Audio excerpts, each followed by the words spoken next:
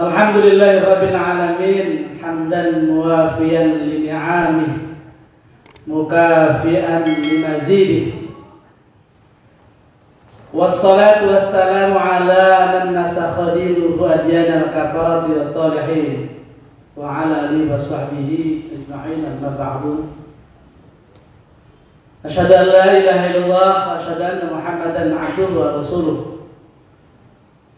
Allahumma salli ala sayyidina Muhammadin salatan taghfiru biha al-dhunub wa tuslihu biha al-qulub wa tantaliqu biha al-'usur wa talinu biha as-su'ub wa ala alihi wa sahbihi wa man ilaihi mansub.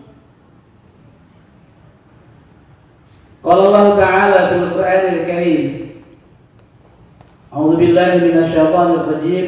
Bismillahirrahmanirrahim.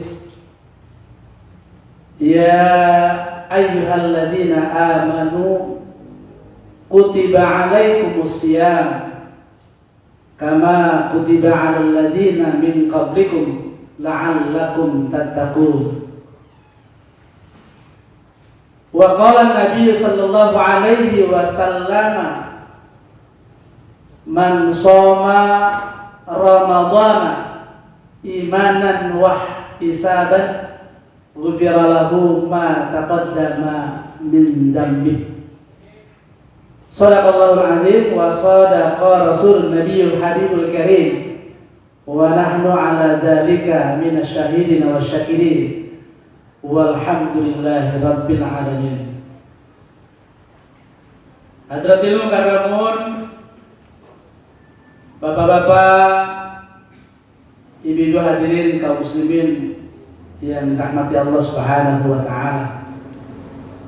Wabil khusus yang sama-sama kita hormati Kepala Balai Besar MKG Wilayah 2 Bapak Hartanto, namun pada hari ini beliau tidak hadir bersama-sama kita pada hari ini. Kemudian yang sama-sama kita hormati Bapak Enrico Suseno, Kepala Bagian Tata Usaha, yang baru saja kita dengarkan tadi kata sambutannya. Kemudian yang kami hormati Bapak Arif Hudid, Koordinator Bidang Observasi, dan seluruh pegawai yang ada di lingkungan BMKG Wilayah 2, Balai Meteorologi, Klimatologi dan Geofisika. Ini dulu saya menyebutnya badan ya, atau memang balai sejak dulu ya. Ini lembaga instansi yang paling tahu soal cuaca ini, yang paling tahu soal gempa bumi, yang paling tahu soal gunung meletusnya. Saya membayangkan begitu ya, karena inilah satu lembaga yang sengaja oleh pemerintah memang didirikan, sangat penting dan sangat berguna tentunya untuk bangsa ini. Kemudian hadirin para pengurus DKM Musolah di lingkungan kantor BMKG Wilayah 2 yang berbahagia. Alhamdulillahirabbil alamin, segala puji bagi Allah Tuhan semesta alam. Kita bersyukur dan bertafakur kehadirat Allah Subhanahu wa taala, Zat yang maha tinggi dan yang maha agung, yang telah melimpahkan kepada kita berbagai anugerah kenikmatan, nikmat yang banyak, nikmat yang tak terhingga, tak terhitung jumlahnya, tak ternilai harganya. Bahkan kita tidak mampu menghitungnya. Tak putus-putusnya siang dan malam Allah persembahkan nikmat itu kepada kita. Makanya tidak dalam Al-Quran dikatakan bahwa in ta'udu ni'matallahi la tuhsuha. Jika kita disuruh menghitung nikmat Allah, rasa-rasanya orang pintar manapun, orang hebat manapun, profesor manapun, ahli ilmu eksak, ilmu matematik, ilmu apa saja, termasuk ilmu nujum sekalipun, ilmu apa saja, disuruh menghitung nikmat Allah, rasanya tidak akan sanggup. Makanya Allah menuding kita di dalam surat Ar-Rahman. Fabi ayyi ala'i rabbikuma tukadziban. Di surat Ar-Rahman ada 31 ayat yang sengaja Allah berulang-ulang. Nikmat mana lagi yang kamu dustakan dari aku? Begitu kata Allah. Termasuk kita pada hari ini. Saya bisa hadir, ya tentu saja melalui sahabat saya, kasababianya, kausalitasnya Bapak Edi, ya. 1 hari yang lalu, ya dadakan seperti tahu bulat, ya. Tidak apa-apa ya. Saya berbahagia, berbangga, luar biasa bisa hadir dalam kesempatan ini. Dengan kata lain, kita hadir pada hari ini bukanlah kebetulan, tapi semuanya terjadi atas kehendak Allah. Sesuatu yang telah terjadi, sesuatu yang sedang terjadi, dan sesuatu yang akan terjadi, ini semuanya dalam genggaman tangan Allah Subhanahu wa Ta'ala. Mudah-mudahan perjumpaan kita pada hari ini, pertemuan kita pada hari ini, pertemuan yang tentu saja Allah meridhoi kita dan banyak membawa kebaikan dan keberkahan. Amin ya Allah ya Rabbal Alamin. Selanjutnya, sholawat ma'asalam, salam sejahtera, semoga dan selalu terlimpah curah dan junjungan alam baginda Rasulullah Muhammad sallallahu alaihi wasallam, seorang nabi, seorang rasul yang tentu saja kita teladani dalam seluruh aspek kehidupan kita, dan kita sangat menaruh besar harapan besar kita adalah kelak nanti di yaumil qiyamah, di hari pembalasan, di mahkamah tertinggi Allah Rabbul Izzati, kita termasuk golongan orang-orang yang akan mendapatkan naungan, pertolongan atau yang dinamakan dengan syafaat dari Rasulullah Muhammad sallallahu alaihi wasallam. Amin ya Allah ya Rabbal Alamin. Hadirin kaum muslimin dan muslimat yang dirahmati Allah Subhanahu wa taala. Kita sudah berada di injury time, tinggal 2 hari lagi. Tapi mungkin ada saudara-saudara kita yang sudah melaksanakan ibadah puasa Ramadan di hari esoknya. Karena mungkin menghitung hisab, ya, hitungan ilmu falak, astronomi yang tentu saja untuk sekian ratus ribu tahun yang akan datang juga sudah akan bisa terhitung. Tapi tentu saja kita nanti ada Kementerian Agama yang akan menentukan jatuh 1 Ramadan tanggal apa di hari apa. Tapi biasanya kebanyakan kita kalau mau puasa kepinginnya yang belakangan atau yang pengen duluan? Biasanya pengen belakangan ya, yang paling belakangan aja nanti kita ngambilnya. Kemudian kalau lebaran pengennya yang duluan, yang pengen belakangan? Pengennya duluan, sangat manusiawi ya. Tapi tentu saja bukan itu hasrat pribadi ya, manusiawi, tetapi tentu saja kita hidup dalam aturan agama ya. Bapak-bapak, ibu yang saya hormati, ini barangkali tema ini peningkatan kapasitas SDM ya. Insya Allah ya. Dengan kata lain mungkin kalau kita padankan kalimat ini, justru Ramadan atau puasa itu meningkatkan etos kerja, kira-kira barangkali begitu ya. Mungkin kalau kita padankan gitu ya, dalam rangka menyambut bulan suci Ramadan ya. Bapak Ibu, hadirnya datangnya bulan Ramadan kira-kira merasa sedih atau merasa gembira? Gembira. Ya. Kenapa gembira? Dapat THR ya. Baik juga, katanya pengen dapat THR gitu Pak. Di kepala bagian tata usaha gitu. Pengen dapat THR, THR barangkali ya. Nah, insya Allah ya. Insya Allah kita akan berbagi keberkahannya. Bahkan keberkahan bulan suci Ramadan bukan hanya dirasakan buat umat Islam saja. Rahmatan lil alamin, Islam itu berbagi kenikmatan, berbagi kebahagiaan untuk seluruh umat manusia. Di bulan suci Ramadan, orang Islam yang berpuasa, kadang-kadang yang jualan kolak ya orang yang non-muslim, yang jualan timun suri, yang jualan ini, jualan itu. Ini kehidupan perekonomian terasa meningkat justru pada bulan suci Ramadan. Ya. Nah, bulan suci Ramadan tentu saja kalau kita tinjau dari berbagai aspek ini memiliki multidimensi, multifungsi, multiguna. Nah, oleh karena itu tidak ada alasan bagi kita sebagai orang muslim khususnya tidak merasa gembira, tidak merasa senang. Makanya kita sambut ahlan wa sahlan ya Ramadan. Marhaban ya Ramadan. Welcome ya Ramadan. Selamat datang. Bulan Ramadan itu buat orang muslim, buat orang Islam khususnya sudah dinanti-nanti, sudah ditunggu-tunggu. Ya, sudah sangat didamba-damba kehadirannya. Kita dari bulan Rajab kita sudah berdoa.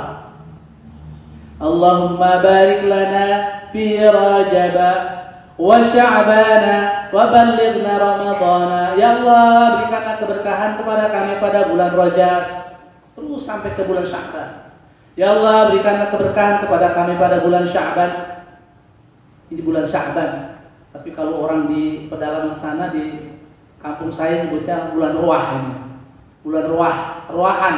Padahal mungkin kalau kita telusuri dari akar katanya, dari kata arwah, ruh. Jadi mungkin pada bulan Sya'ban ini orang kirim doa kepada para arwah, kira-kira begitu kalau didekatkan. Termasuk ini mungkin di beberapa daerah menyebutnya munggahan.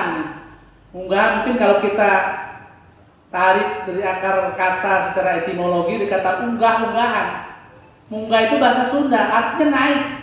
Kita akan naik, akan sampai ke satu kemuliaan. Dan setelah bulan Sya'ban, bulan Ramadan, bulan yang sangat mulia. Boleh kita nanti, boleh kita damba-damba, boleh kita tunggu-tunggu, kita inginkan. Kemudian wa ballighna Ramadhana, ya Allah, ballighna, sampaikanlah, jumpailah atau pertemukanlah kami dengan bulan suci Ramadan itu. Tentu bukan tanpa alasan kita merasa senang dan gembira. Karena bulan suci Ramadan ini bulan yang agaknya sengaja oleh Allah disuguhkan, diberikan buat umat Islam. Bulan yang gelimang pahala, gelimang kebajikan. Seluruh amal kebajikan dilipat gandakan. Pahala sunnah dijadikan wajib, pahala wajib dilipat gandakan. Bahkan naumus shaim ibadah. Tidurnya orang yang berpuasa saja mendapatkan nilai ibadah, dianggap ibadah. Tapi awas ini ya, justru puasa meningkatkan etos kerja. Jangan nanti Pak Enrico lihat ini para pegawainya lagi pada tidur di musola. Habis sholat zuhur nambah lagi waktunya. Istirahat Pak, nanti dulu ya.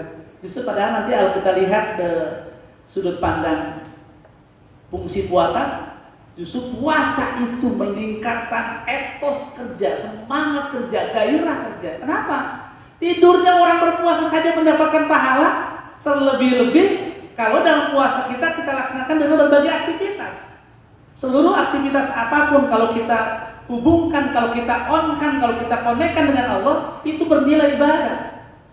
Ibadah itu bukan saja ibadah dalam arti pokok, mahdo atau goir mahdo, termasuk kita memberikan seulas senyum saja kepada orang lain, itu ibadah. Membuang duri saja, membuang debu saja, kita sandarkan kepada itu adalah ibadah. Ini bernilai pahala yang luar biasa. Ya, oleh karena itu para hadirin sekalian, bapak-bapak ibu hadirin yang dirahmati Allah, saya mengajak, mari kita jadikan, kita canangkan, kita niatkan Ramadan tahun ini harus lebih baik daripada Ramadan yang telah lalu. Kenapa demikian? Jangan-jangan ini adalah Ramadan kita yang terakhir. Tidak ada satupun manusia yang bisa menjamin apakah seseorang akan bisa dapat berjumpa dengan Ramadan yang akan datang. Tidak ada yang menjamin. Ada yang sudah tahu. Kalau saya pasti ketemu Ramadan yang akan datang. Atau ada juga yang sudah mendapatkan informasi dari malaikat bahwa saya nanti ini adalah Ramadan yang terakhir. Semuanya tidak ada yang tahu. Oleh karena itu, untuk memotivasi kita untuk bersemangat dalam ibadah, maka seperti itu. Jangan-jangan ibadah kita adalah ibadah yang terakhir. Ramadan kita adalah Ramadan yang terakhir. Sama halnya Bapak Ibu hadir ketika kita sholat fardu. Kenapa di sujud-sujud terakhir kita diperintahkan untuk sujud agak lama? Itu artinya apa? Bayangkan oleh kita, jangan-jangan ya Allah ini adalah sujud saya yang terakhir. Saya mohon keampunan-Mu ya Allah. Wafatkanlah saya dalam keadaan husnul khotimah ya Allah.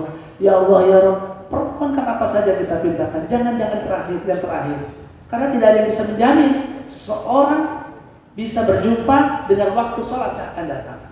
Makanya mengingat betapa kematian sesuatu yang sangat misterius, sesuatu yang sangat rahasia, kita berupaya jika sudah datang waktunya sholat, maka kita harus mensegerakan sholat. Salah satu yang harus segerakan adalah sholat. Dan itu kita tidak tahu. Bapak Ibu hadir, ya dirahmati Allah Subhanahu wa taala. Kenapa bulan suci Ramadan ini adalah bulan yang sangat kita harus merasa senang? Ada satu keterangan saya membaca di kitab Durratun Nasihin, ya. Dikatakan bahwasanya man fariha bidukhuli ramadhana harramallahu jasadahu 'alan niran. Man fariha, siapa orang yang merasa gembira, siapa orang yang merasa bahagia, siapa orang yang sukacita bidukhuli ramadhana, dengan masuknya, dengan datangnya bulan suci Ramadan, harramallahu jasadahu 'alan niran, maka Allah akan mengharamkan jasadnya dari api neraka. Amin ya Allah ya Rabbal alamin. Baru gembira aja, baru senang-senang aja, fun aja gitu. Tapi belum melaksanakan ibadah. Terlebih-lebih tentu saja dari setiap detik Allah di bulan suci Ramadan, Allah berikan door prize pahala. Door prize pahala. Bahkan nanti di bulan suci Ramadan, Bapak Ibu, ini harus kita intai, harus kita intip-intip, dan kita berupaya untuk menggapai, berusaha untuk memperolehnya. Jadi dinamakan dengan Lailatul Qadar. Lail artinya malam, Qadar artinya kemuliaan ataupun keagungan. Wa ma adraka ma Lailatul Qadar? Apa sih Lailatul Qadar itu? Lailatul Qadri khairun min alfin syahrin. Lailatul Qadar adalah yaitu khairun lebih baik, lebih utama. Min dari alfin 1000 syahrin bulan. Andaikan Bapak Ibu hadirin sekalian, satu kali saja kita mendapatkan pahala Lailatul Qadar, ini diumpamakan seolah-olah kita bahkan lebih baik, mendapatkan kebaikan yaitu ibadah 1000 bulan. 1000 bulan itu kalau kita konversi 83 tahun 4 bulan. Padahal umur kita apakah sampai ke 83? Itu masa-masa tugasnya mungkin ada yang di atas 50, ya, atas 40, ya. Usia Nabi kita 63, 60 rata-rata, meskipun ilmu pengetahuan, teknologi, kedokteran begitu canggih, usia harapan hidup mestinya lebih tinggi. Tapi ya memang sudah kodratnya seperti itu. Umat Nabi Muhammad tidak ada yang panjang-panjang, ya. Nah, oleh karena itu inilah barangkali salah satu jawaban terhadap pertanyaan mengapa umat Nabi Muhammad tidak panjang, tidak lama usianya seperti nabi-nabi terdahulu, umat terdahulu. Nabi Adam hidup 1000 tahun. Nabi Nuh hidup 900 tahun, termasuk nabi-nabi setelahnya. Cukup panjang. Nabi Muhammad, Nabi kita hanya 63 tahun. Nah, ini jawabannya. Sekalipun usia hidup umat Nabi Muhammad hanya 63 tahun secara kuantitas, secara jumlah umur, tetapi secara kualitas amalia ibadah, Allah suguhkan, Allah sengaja memberikan bulan suci Ramadan yang seluruh kebajikan itu dilipat gandakan. Oleh karena itu kita jangan hanya termasuk orang yang hanya tahu dan sekedar takjub terhadap kemilau cahaya Ramadan, sementara kita tidak termasuk orang-orang yang menabur benih di dalamnya. Bapak Ibu yang saya hormati, yang dirahmati Allah Subhanahu wa taala, sekali lagi saya mengajak, mari kita canangkan. Harus naik kelas, harus naik tingkat. Ya, harus naik kelas, naik tingkat puasa yang dahulu. Karena puasa itu tingkatannya ada 3. As-saumu salah satu, puasa itu ada 3 level, 3 tingkatan. Pertama as-saumul awam, puasa orang awam, puasa kebanyakan umum. Yang kedua adalah as-shaumul khawas, puasa orang yang terkhusus. Ada lagi as-shaumul khawasul khawas. Tentu saja pada level yang ketiga ini adalah untuk para nabi, termasuk nabi kita Nabi Muhammad SAW. Paling tidak kita berupaya dari level 1 ke level 2. Tahun yang lalu puasa, ya. Puasa, mulutnya puasa, perutnya puasa, tapi mulutnya belum puasa karena masih berbicara, belum bisa terhindar dari ucapan-ucapan yang kotor, ucapan-ucapan yang jelek. Perut kita berlapar-lapar, berhaus-haus, tapi telinga kita belum berpuasa karena kita masih saja menyerap, menerima informasi hal-hal yang buruk, terlebih-lebih kita mempercayainya. Perut kita berlapar-lapar, tenggorokan kita haus, kering, tapi hati kita belum berpuasa. Kenapa? Masih ada hati kita yang mendengki, masih ada hati kita yang hasud, masih saja ada hati kita yang iri, dan juga ada penyakit-penyakit hati yang lain. Inilah yang kata Nabi, kamin sha'imin laisa lahu min siyamihi illal jum'i wal 'atas. Berapa banyak orang yang beribadah puasa, tetapi puasanya hanya mendapatkan lapar dan haus saja. Nah, mudah-mudahan ya, kita tingkatkan puasa tahun ini supaya lebih baik lagi. Ya, tahun yang lalu ibu bapak sudah menghatamkan Al-Quran. Alhamdulillah, ada yang sudah, ada yang belum. Tahun ini canangkan, tahun ini targetkan, tahun menghatamkan Al-Quran, Ramadan menghatamkan Al-Quran. Kalaulah misalnya bulan kita hitung saja 30, Al-Quran 30 juz, one day one juz, satu hari satu juz, diniatkan seperti itu. Bahkan di bulan-bulan biasa saja dikatakan orang yang membaca Al-Quran adalah orang yang disediakan sebuah perniagaan yang tidak pernah merugi. Membaca Al-Quran tidak perlu banyak modal. Yang penting mengelola waktu, memanage waktu. Satu juz itu, kalau mushaf Al-Quran yang Utsmani itu 9 lembar. 9 lembar. Ini relatif ya, dianggap mungkin banyak buat orang yang mungkin terlalu belum begitu fasih. Andaikan Bapak Ibu kita belum begitu fasih membaca Al-Quran, belum dianggap tartil, tidak apa-apa. Mudah-mudahan ada keajaiban-keajaiban ilahiyah, ruhaniyah. Dengan kesungguhan hati kita, dengan kita membaca bertadarus Al-Quran di bulan suci Ramadan, maka Allah akan memberikan paham dan memberikan kemudahan kita di dalam membaca Al-Quran. Niatkan. Satu kali menghadap Al-Quran, baca 3 lembar. Yang kedua, habiskan 3 lembar. Yang ketiga, baca 3 lembar. 3 waktu, terserah kita memanajenya. Apakah di waktu setelah subuh, ataukah setelah sholat tarawih? Kita yang paling tahu, karena kita adalah sebagai manajer atas diri kita. Kita adalah arsitek bagi masa depan kita, termasuk masa depan akhirat. Kita yang paling tahu. Ya, nah oleh karena itu niatkan tahun ini bisa menghatamkan Al-Quran. Bapak Ibu, saya ingin sampaikan, setelah kita membaca menghatamkan Al-Quran, itu ada pengalaman ruhaninya, pengalaman batinnya yang tidak bisa diungkapkan dengan kata-kata. Betapa bahagianya kita, betapa bahagianya kita diberikan ketenangan yang luar biasa. Makanya nanti ketika menghatamkan Al-Quran, itu ada kita baca doa khatam Al-Quran. Banyaklah doa-doa yang di dalam Al-Quran. Andaikan kita membuat sebuah, katakan ambilkan air, itu bukan superstisi, bukan tahayul. Ini bukan tahayul. Secara ilmiah ketika kita berdoa lalu ada segelas air atau mungkin 1 botol aqua yang kita buka, secara ilmiah air itu bisa merespon hal-hal yang positif. Ucapan-ucapan kita yang baik, doa-doa kita yang baik, kalimat-kalimat thayyibah maka akan direspon dengan air itu, lalu air itu menjadi asyifa, sebagai obat, sebagai penawar buat kita semua. Itu membaca Al-Quran. Ya, ibadah-ibadah yang lain juga jangan diabaikan, termasuk sholat tarawih.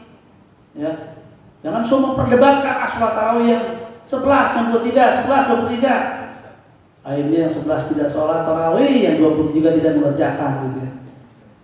Bapak Ibu, andaikan hal-hal yang terburuknya kita tidak bisa melaksanakan sholat berjamaah, lakukan secara sendiri-sendiri. Sayang, malamnya kita hidupkan qiyamul lailnya.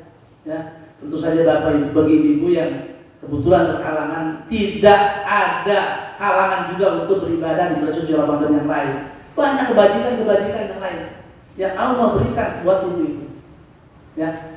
Kemudian Bapak Ibu, hadirin yang dirahmati Allah Subhanahu wa taala. Kenapa ada semacam ini tradisi? Tradisi itu artinya kebiasaan kalau orang-orang Islam ada unggahan jelang Ramadan. Kemudian setelah hari raya ada semacam tradisi juga namanya halal bihalal. Kegiatannya Bapak Ibu saya sampaikan, seremonialnya itu tradisi. Tapi sebenarnya ada hal yang sangat fundamental, sangat yang substansialnya adalah di sini. Kenapa tadi ada ucapan Kabak PU mengucapkan permohonan maaf? Itu ajaran Islam. Menjelang Ramadan, setelah hari raya, kita diperintahkan untuk saling bermaafan. Bukan maaf-maafan ya. Kalau maaf-maafan artinya apa? Maaf bohongan, ini maaf-maafan ya. Maafnya maaf bohongan berarti. Ini ada pesan hadis Bapak Ibu. La yahillu li muslimin ayyahdzura fawqa salasa layalin yaltaqiyan fayuridu hadza wa yuridu hadza khairuhuma yabda'u bisalam. Artinya adalah la yahillu, tidak dihalalkan. Kalau tidak dihalalkan berarti diharamkan. Tidak dibolehkan li muslimin, bagi sesama muslim, ayyahdzura fawqa salasa layalin, punya konflik, punya masalah, punya persoalan lebih dari 3 hari.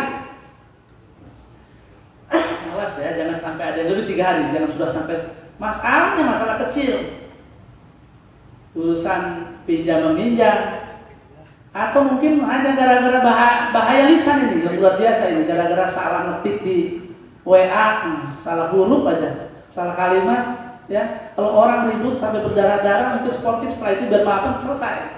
Tapi kadang-kadang bahaya lisan. Ya, makanya kita harus bijak juga itu.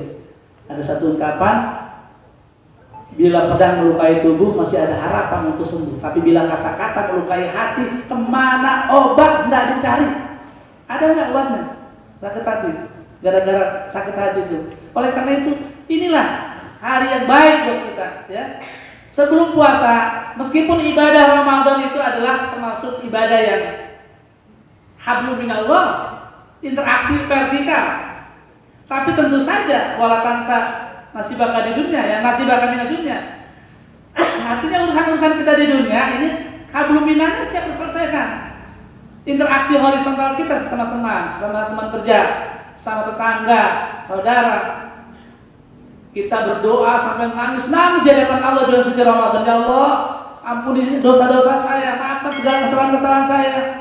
Kata Allah, urusan ente dengan teman ente itu belum selesai. Ente kemarin punya konflik, menyakiti dan zalim sama teman ente. Kamu masih punya masalah dengan saudara kamu, tetangga kamu. Banyak hal yang harus kita selesaikan. Nah, bagaimana? Oleh karena itu ibadah puasa Ramadan kita barengi dengan hati kita yang bersih, hati kita yang tulus. Sehingga ketika kita beribadah dengan Allah, maka hati kita dalam kondisi bersih dan tenang. Inilah nanti di akhir Ramadan, kemudian kita rayakan dengan Idul Fitri, artinya kembali kepada kesucian hati, kesucian jiwa. Ya. Bapak Ibu hadirin yang dirahmati Allah Subhanahu Wa Taala, kembali ke poin peningkatan kapasitas sumber daya manusia. Di puasa itu Bapak Ibu sesungguhnya adalah akan meningkatkan semangat kerja. Kenapa saya katakan demikian? Puasa itu adalah ibadah yang rahasia. Asal musirun. Puasa adalah ibadah yang rahasia. Puasa itu ibadah yang tak dapat tersaksikan oleh siapapun kecuali kita dan Allah. Beda dengan ibadah sholat, beda dengan ibadah haji, zakat. Orang ngaku haji, siapa yang tahu dia haji?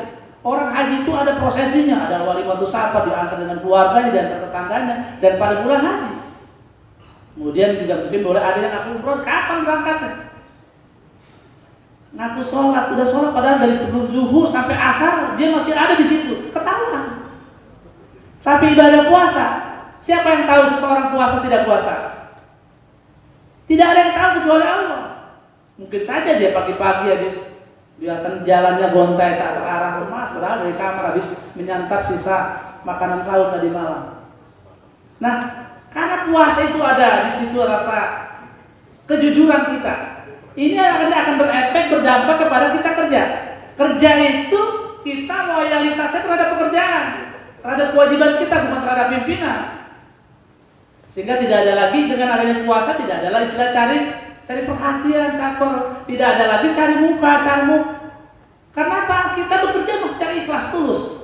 Ketulusan, keikhlasan, ini adalah bahasa yang bisa didengar oleh orang tuli dan dapat dilihat oleh orang buta. Hanya Allah yang tahu. Ini meningkatkan etos kerja karena di dalam puasa itu di situ ada rasa ibadah yang rahasia dan kepercayaan kita pada Allah semata-mata karena Allah. Di dalam puasa kita mungkin menimbulkan rasa empati dan simpati kepada orang lain. Makanya disitulah kita banyak sedekah. Kalau kita hanya lapar hanya 12 jam dari terbenamnya terbitnya matahari hingga terbenamnya dan terbit pagi hingga terbenamnya matahari. Katakanlah 12 jam. Tapi di luar sana ada manusia lain yang dihuni selain diri kita, mereka berlapar-lapar berhari-hari, berminggu-minggu mengendalikan ikat pinggangnya karena mereka dalam kondisi yang hidup di bawah garis kemiskinan. Disitulah ada rasa empati dan simpati. Makanya berbagi saat kita menjelang Ramadan. Banyak hal termasuk puasa. Orang yang sering sakit ketika di bulan lain dipakai berpuasa untuk bulan suci Ramadan. Sumu tasihu, puasalah kamu niscaya akan sehat. Puasa itu kalau ditinjau dari segi kesehatan justru fungsi multiguna, membakar kalori, merendahkan, menurunkan hipertensi darah tinggi. Yang biasa marah-marah terus, yang biasa ngambek terus, insya Allah di bulan suci Ramadan dia akan berkurang, ini akan mengobati kebanyakan kalori, kemudian juga kolesterol ini akan hilang.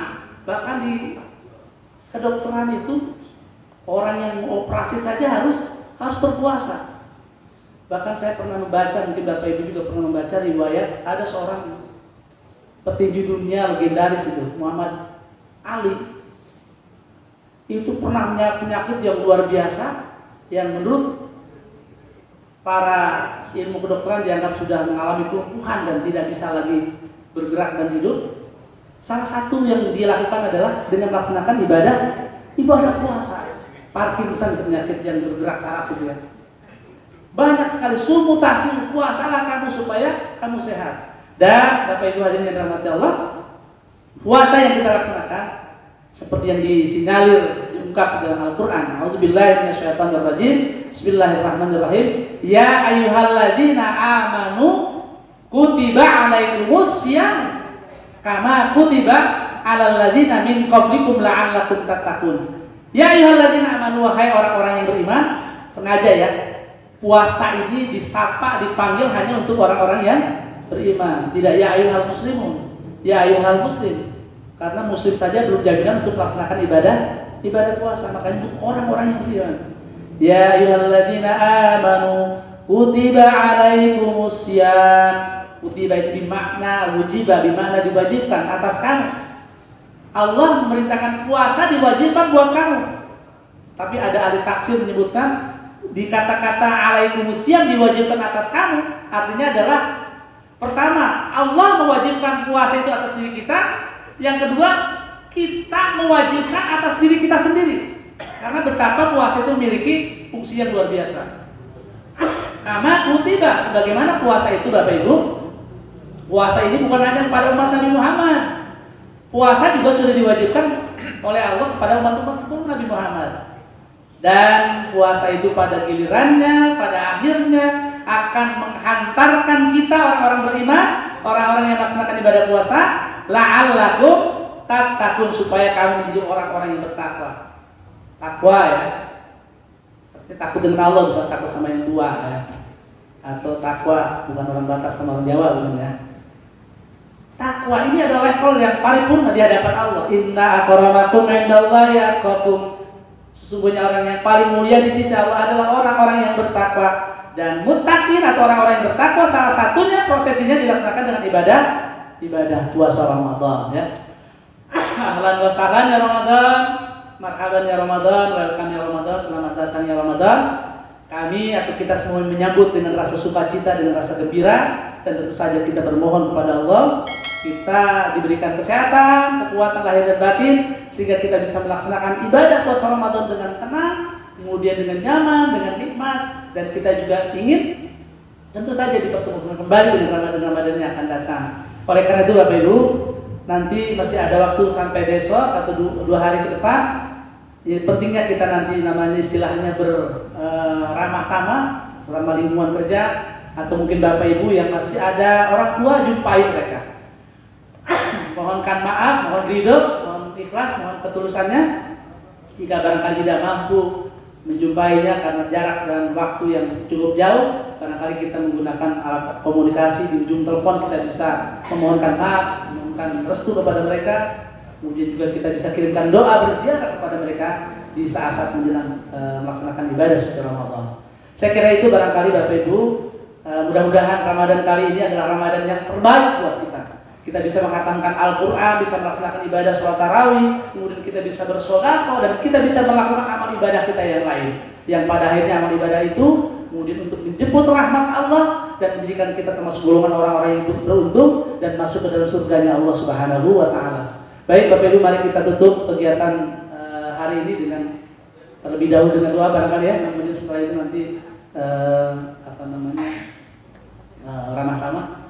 Astagfirullahaladzim wa'afanna ya karim wa'afanna ya rahim ya dzal jalali wal ikram. Allahumma shalli wa sallim ala sayyidina wa nabiyyina wa habibina wa syafi'ina wa maulana Muhammadin wa sallim wa radillahu tabaraka wa ta'ala an kulli sahabati sayyidina rasulillahi ajma'in. Amin ya Allah ya rabbal alamin. Hamdan syakirin, hamdan na'imin, hamdan yuafi ni'amahu wa yukafi mazidah. Ya Rabbana lakal hamdu wa lakal syukru wa lakal mulku kama yanbaghi للجلال وجهك الكريم وعظيم سلطانك.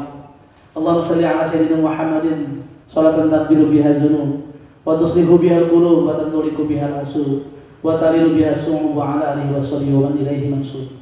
اللهم صل على سيدنا محمد الفاتح لما أغلق والخاتم لما سبق ناصر الحق بالحق والهادي إلى صراطك المستقيم وعلى آله وصحبه وبارك وسلم. Allahumma ighfir lana Allahumma barik lana Allahumma ighfir lana dzunubana wa liwalidayna warhamhuma kama rabbayana shighara. Ya Allah ya Rabb, ampunilah dosa kami, ampunilah dosa kedua orang tua kami, kasih sayangilah mereka ya Allah kedua orang tua kami sebagaimana mereka telah mengasihani kami ketika kami masih kecil.